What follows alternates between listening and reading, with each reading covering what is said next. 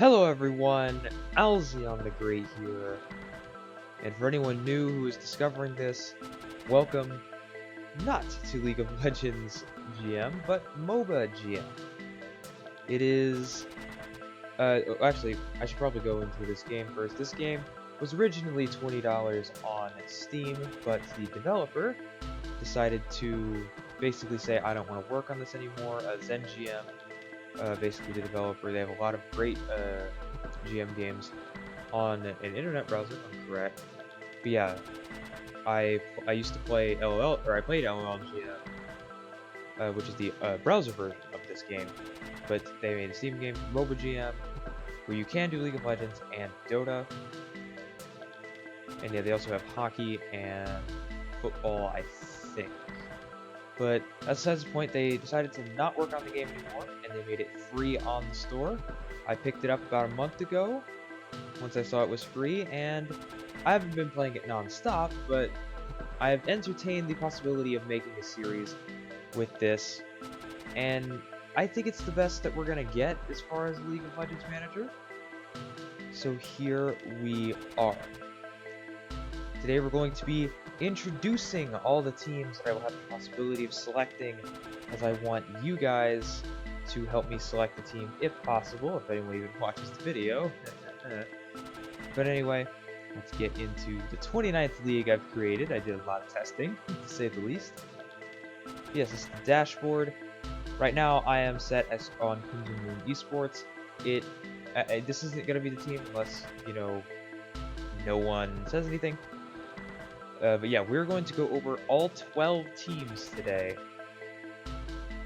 As we, we're gonna describe how every team, like what every team is, and their strengths and weaknesses. So why don't we get started? So our first team on the board is Paladin Esports, and we'll quickly go over their roster. I'm not going to name everyone, I'm just going to call them out by their IGNs. Rusty in the top lane, Dark in the jungle, Miker in the mid lane, Sander at AD carry, and Milikas at support. On the bench they have Shane in the jungle, Pixie in top, Mirko at AD carry, Yoma in mid, and Trident at support. Paladin Esports is one of the most stacked rosters I think I ever created, as they are one of just simply the best top-to-bottom rosters in the league. They have lots of experience, they have a good mix of old and young players, all of them with talent, and to pad that, they have probably the highest payroll in the league. So, right off the bat, Paladin is pretty darn strong, to say the least.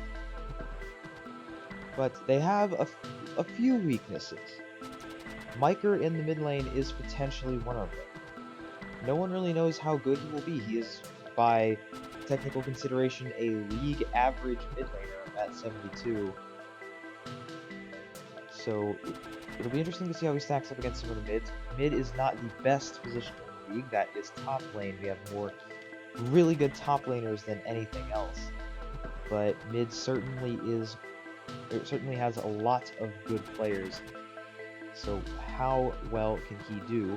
Also, Paladin has quite a few veterans. Rusty's 22, Dark is 27, and his contract is expiring. I don't think Miker and Sander will retire very soon, but it's still on the horizon. So the big question for Paladin is, will they be ready once those players have retired? But I am expecting Paladin to finish near the top of the standings. They did so in most of the testing.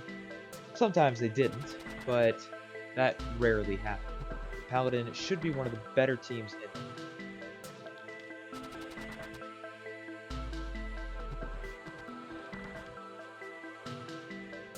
Second team on the list is the singular name of Quantum.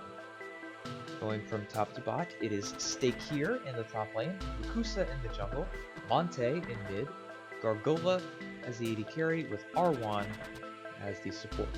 On the bench, they also have Shushenk at AD carry, Fu in the top lane, Deli at support, Coolworm in the jungle, and Bane in the mid lane. Quantum almost undisputedly have the best top trio in the league, with Stakir, Lukusa, and Monte. Speaking of Monte, the sky is the limit for this guy. He's 21. He's a little bit up there in age, but he's still arguably the best mid, probably the best mid in the league, I think. And Stakir, he's only 19, and he has a really high potential rating. He could most certainly reach that potential in his career, and he is expected to be one of the better top laners for years to come now. Also, Quantum has been a bit vaulted for their coordination. Only one player on the entire team does not speak English, and that is Bane, the mid laner from China. But he's also not expected to start anytime soon, as long as Monte is on the roster. Weaknesses, as I've already stated, Monte is getting a little older. He's 21. He could be looking at retirement, I wouldn't say soon, or like in the next year or so, but he will probably be looking towards it at the end of his contract if he wants to be signed with Quantum.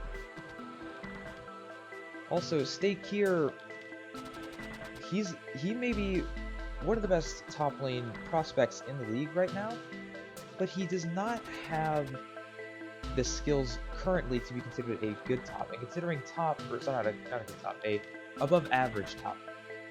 And considering that top lane is the best position in the league, how well is he going to stack up this season? Also, his contract is up after this, so the question is also there, will he even sign with Quantum to continue his career? Also, Quantum has an average and inexperienced bot lane with Gargola and R1. Neither player, they're both in their rookie year. Neither player really has super duper amounts of experience. R1, his contract is also up after this year. So Quantum should be in the playoffs with this top trio, but I feel like the liability that is potentially their bot lane could knock them out of the playoffs. So our third team on the table are the Silver Dragons.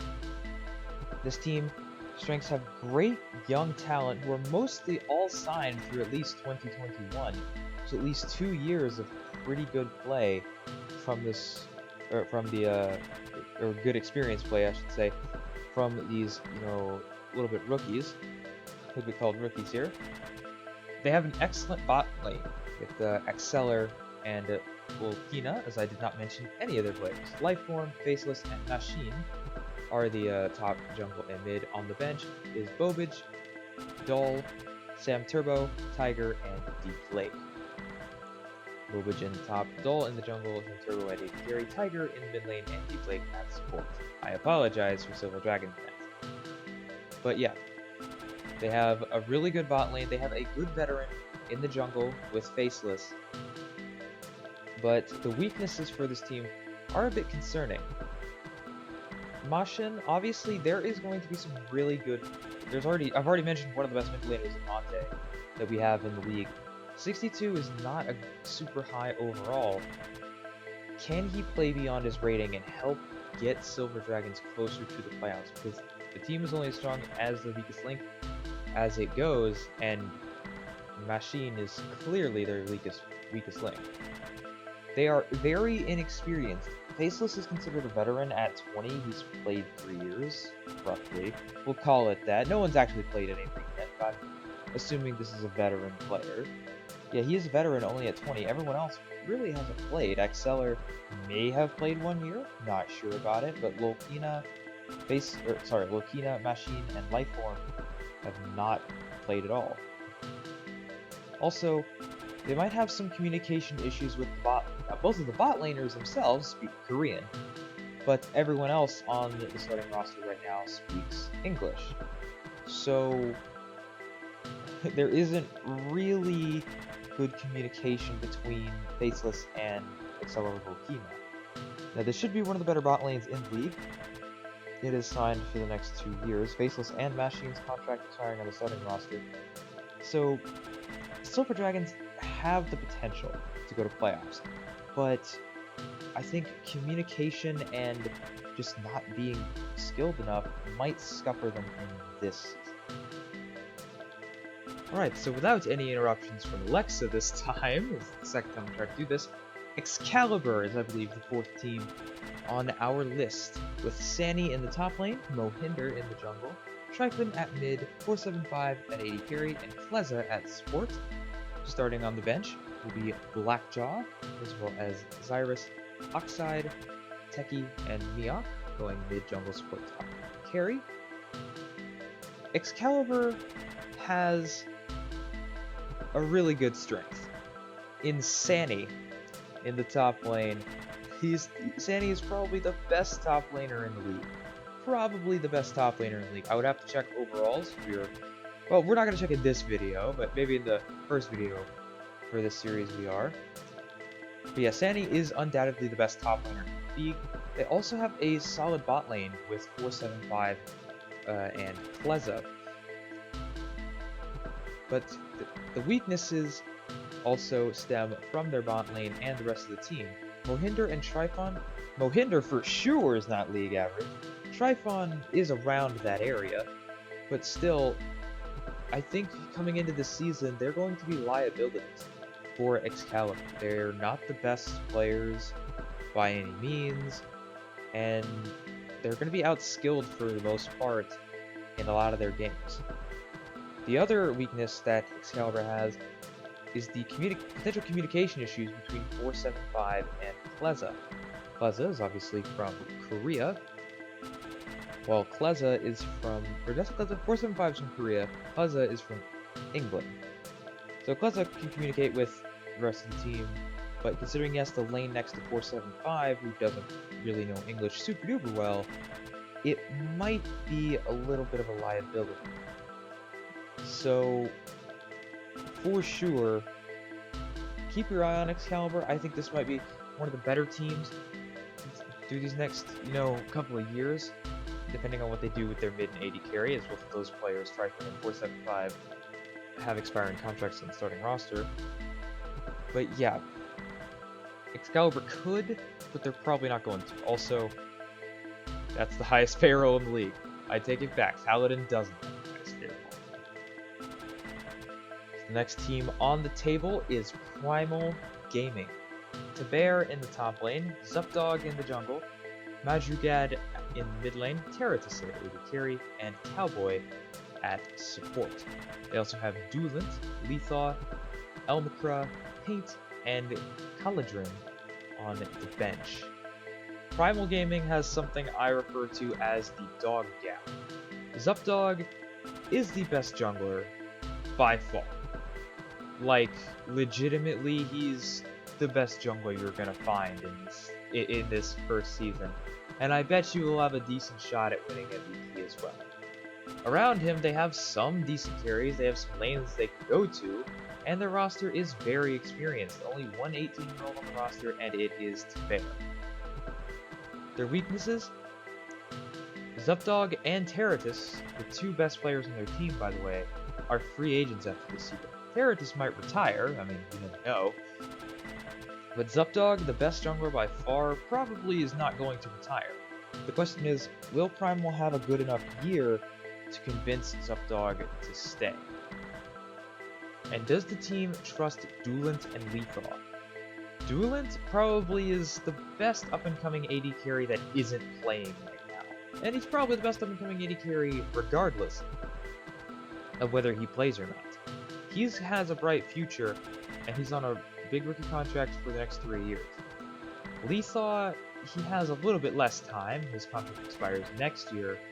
But if they do let go of Zupdog, he'll have at least 1 year to prove himself on the roster. And then, is Madrugad a liability? It's the same situation. It's league average mid, but considering, I don't know if it's the next team, but considering the next team, no, it's a couple teams from now. But anyway, a couple teams from now, there's some pretty good mid laners in this league, and Madrugad might not be a liability, but it's still a question, can they trust him? And then, I think another big option is another young top laner in Tabear. Can he hold up against the big boys in this league? We shall see. So our next team is the Aether Wolves, my personal favorite in terms of the name, as the Aether Wolves come in. Data Fuse in the top lane, Paula in the jungle, Prior in mid, Amanatsu at AD carry, and Smokey at support. On the bench, they will have Powerner as the backup top laner, DBS as the backup mid, Spring as the backup AD carry, Alum as the backup support, and Dragoon as the backup jungler. If you can't already tell, it's a Data Fuse difference. The 19-year-old, 92 overall, and 100 potential, he is the future of this league.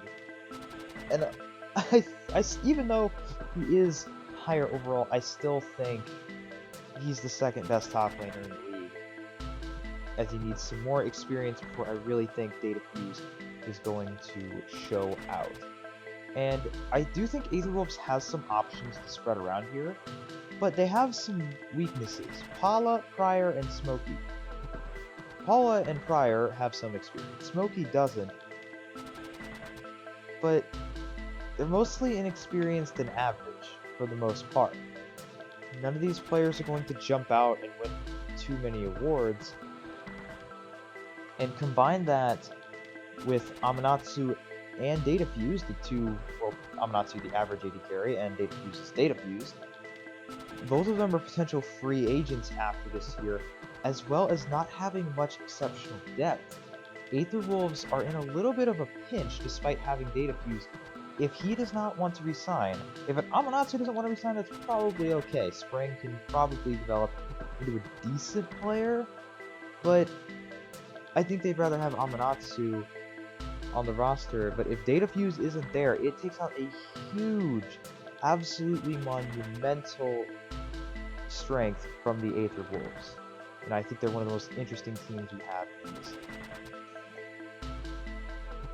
And for our next team, we have my second favorite named team, the Imperium Aces, with Huberson in the top lane, Yixog in the jungle, Noble in the mid lane, Redempted at AD carry, and Mons at support. Also on the team on the bench is Hanger in mid, Jackie at support, the King at AD carry, JT in the top lane, and Obeda in the jungle. This team has a bright future with Noble. He's signed through the next 3 years, the only player signed through the next 3 years, might I say. And he should be a pretty darn good mid if he can develop, any higher than what he is right now. They also have the option to sub in players that other teams usually won't have. Most of the players are kind of close in their, in their overalls, close to some players, namely Jackie and Mons, as well as the King and Redempted. So mostly it's in bot. But this is where some of the weakness comes into this team. Noble is kind of the only carry they got, and even then he's only an average player at this point. He has all the potential in the world, but right now he's just a pretty average mid.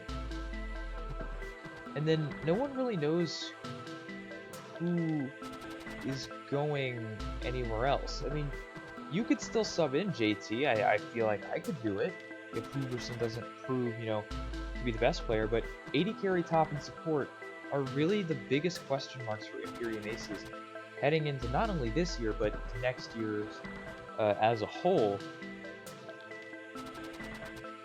And I put this as a weakness, but it's kind of a strength. They have some mixed experiences. Noble and Huberson haven't played a whole bunch. Mons and Redempted have. Yixog a little bit. But they have some mixed experiences. So it'll be tough. It'll be tough for Imperium Aces to prioritize winning over gathering experience, I feel. They could also start Hanger in the mid lane and just go with the full experience roster that they have. But, yeah, it's not really a good spot for Imperium Aces to start, but you can't always have a Paladin might start. Our next roster is the 207 Shock, with Spincy in the top lane, Rap in the jungle, NYT in the mid, Trumania at AD carry, Vsong at support, On the bench, it is G-Muffin in the jungle, Tony Gogo in the top lane, Cut at AD carry, Mr. R in the mid lane, and Reaper. And keep in mind, Shaquille Neptune, I did not edit many names for this. I didn't edit his name. I'm just surprised that he has the last name of Neptune. But on to the team.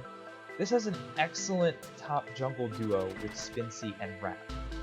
Both players are very good, very close to elite players in their roles in my, little chart.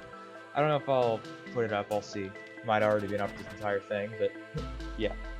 They have an excellent top jungle duo, and I believe personally that NYT and Vsong are going to be future stars in this league. Both of them pretty good potential, Vsong especially, and I really think that is a really big future for the Shock that they could use. Almost all their roster is signed through 2020. Germania isn't at the AD carry spot, but the Shock have a little bit of few weaknesses. Potential communication issues. I mean, I don't think Germania is going to have much communication issues. He does speak English, although it is the second language. Spincy speaks only Korean, and Rap speaks only Portuguese. NYT and Vsong speak English, obviously. But, yeah, there isn't really too good communication between most of the players in terms of understanding each other. And also, where does Rap go outside of top lane? Yeah, they have Spincy. Yeah, Rap himself is a good carry, but other than that, NYT, Germania, and Vsong, not really the best players to be giving a lot of resources to, given their overalls. Also, they're losing a lot of their depth out of the team. They're keeping a lot of the starting roster, 4/5, but they are losing, top laner Tony Gogo, mid laner Mr. R, and Reaper at support. So they're gonna have to look for some depth heading into this next season. And here is a roster that I specifically had in mind that I wanted to create, and I did. This is Cristal, spelled Cristal. They have Boboxy in the top lane, Athena in the jungle, Death in the mid lane, Anide at AD carry, and Royal Set at support. On the bench, they have Destarun at AD carry, Young in the top lane, Tycho at support, Ivory in the mid lane, and Ganjamus in the jungle. And yes, Ganjamus and Ganjamus and Young are brothers. This team has a experienced roster, a great bot side trio, and in my opinion, Death is probably the next great mid laner beside of Monte. Death is going to take over this league sooner rather than later. And this team doesn't really have a weakness in terms of just pure playing. Like, this team is really good and is probably not going to lose a whole bunch. Now, I say they have no real weaknesses. Why do I say that? Because their figurative weaknesses are quite a few. I think this team might be a one-year wonder. As you can see, they're losing 6 players next year. All 5 starters could potentially be free agents. Now, I doubt that's going to happen, but you never know, especially in this game. Boboxy, Athena, Death, Anide, and Royal Sith all could be free agents next year. They also don't have super good depth. I'd say the best potential, or actually not even, I would say, the best potential player on their team, on their bench, is Tycho, and he's already 20 years old. So, Cristal needs to find some depth next year, and some starters next year. It's going to be really tough for Cristal in the offseason. And the reason I started saying Royal Say is how well will he communicate? He doesn't speak English, he only speaks Chinese. Although he's arguably, I think he's the best support in the league actually. Royal Sim might have some communication issues. We have 3 teams left, and the team that I currently am controlling, although I don't know if I will be, is Crimson Moon Esports. They have the best future in the league. Like 3 players at 99 potential. That is insane.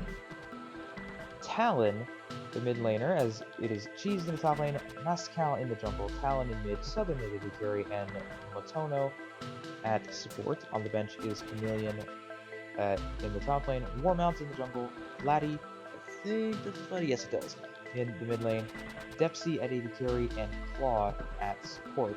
But yeah, where was it? Yes, Talon, he is poised to strike in this. He has a little bit low potential, but he's honestly, I think, going to be one of the better, not best, not like death like level of heights, but Talon is definitely going to make his mark on this league, I believe.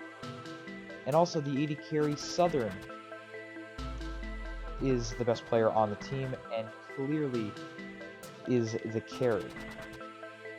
The weaknesses that this team has are actually quite numerous. Can Motono communicate? The support from Korea obviously does not speak English, and he will have a hard time communicating. Can Southern and Talon duo carry Crimson Moon above the other 3 players in Cheese, Moscow, and Motono? It's going to be a tough task for Talon and Southern to carry this team. This team is very inexperienced. Cheese has not really started in his career, but he is here now. Southern is probably the best player on the team, and he's played quite a bit. He's probably the most experienced guy. And I actually think it's also a slight negative that Crimson Moon has all of this unfulfilled potential with guys in their rookie year, because 3 years from now, for the most part, 2 or 3 years from now, these guys are going to want contracts and they have to develop. If they don't, Crimson Moon could be in a very, very bad spot. The next roster we have is SI Gaming. They have only really one strength, as they have Sours in the top lane, Angerian in the jungle, Kirchhoff in the mid lane, Rounder at AD carry, and Cider at support. We also have Q-Man on the bench at the top, Rise in the jungle, Excalibur in mid, Flipper at support, and CJL at AD carry. As I stated before I rattled off the names, they have one strength. Their starting roster is experienced. Angerian's played quite a lot in Korea, and he's come over, obviously, to North America. Cider has also played quite a bit. Rounder, Kirchhoff, and Sours have a couple years under their belt as well. But the weaknesses is that Angerian, he's on a timer, and they don't have a... he also has communication issues, he does not speak English, but not only is he on a timer, he is on... not only is he on a timer, but SI does not have a good jungler behind him. And considering he is the second best player on the team, almost the best player on the team, Sours, SI does not exactly have a good roster.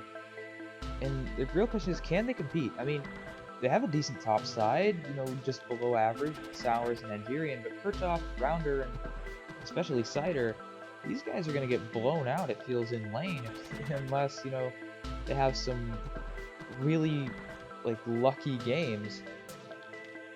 And also, SI really only has 3 potential starters, I feel, on their bench, which is Excalibur, Flipper, and CJL. Excalibur's contract is up after 2019. Flipper and CJL are signed for the next 3 years, but how much will they develop in that time? It's kind of a big question for SI, and no one really knows how well this team is going to do now or in the future. And our final team before I send you guys off today is Jade Crown Gaming. In the top lane, it's Type 0. In the jungle, probably the best auto-generated name I've ever seen in Speedy SS Sanders Friesen. I named him SS, but Speedy Sanders Friesen is one of the best names I've seen in a while. Bomb in the mid lane, Flamus at AD carry, and Solitech at support.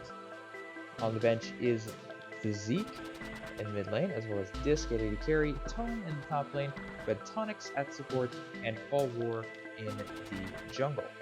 Jade Crown has some really good potential players. Type 0 has 99, SS has 99 obviously. In fact, their lowest potential on the team is a 50, but outside of that, it's a 71. This team has the potential to go very high. But their weaknesses are numerous. Right now, they're an all-around average team. A lot of their players have traits, but traits can only get you so far when your skills aren't there. I think a big question is, as well, is will Solitech stay? He has a lot of traits, but his contract, he has a lot of traits and good potential, but his contract is only through 2019. And speaking of potential, when will the potential become reality? That's a question for Jade Crown. And if it will become reality is a big thing. It's kind of a similar thing to Crimson Moon. Will that potential get there? Yes, it's there. They could potentially develop into it, but potential isn't guaranteed. So we'll have to see how Jade Crown does, and also just I guess a minor negative, as well as being average, the best player on the team, Type 0, he might have some communication issues as he doesn't speak English, he speaks Korean. But yeah, Jade Crown, not sure. I mean, obviously I don't think they're going to be super duper good this season, but Jade Crown definitely needs to figure out who they're going to keep for the future and who is not going to be on the roster for the future. So we're going to round this out by looking at some of the best players. The best player is actually Data Fuse on Aether Wolves. Monte is second, and Sani is third. Although I've already said I think Sani is the best top laner in the league. But yeah, this is I think 1 through like 20, or 1 through 22, and then the rest was 22. But that is all for today. Hopefully you guys get invested in these things. I cannot wait to debut this on this next coming Sunday, I think? Yeah, I'm going to do Sunday. So this next coming Sunday is when this series will debut. But I would like to thank you all for watching, and see you guys next time.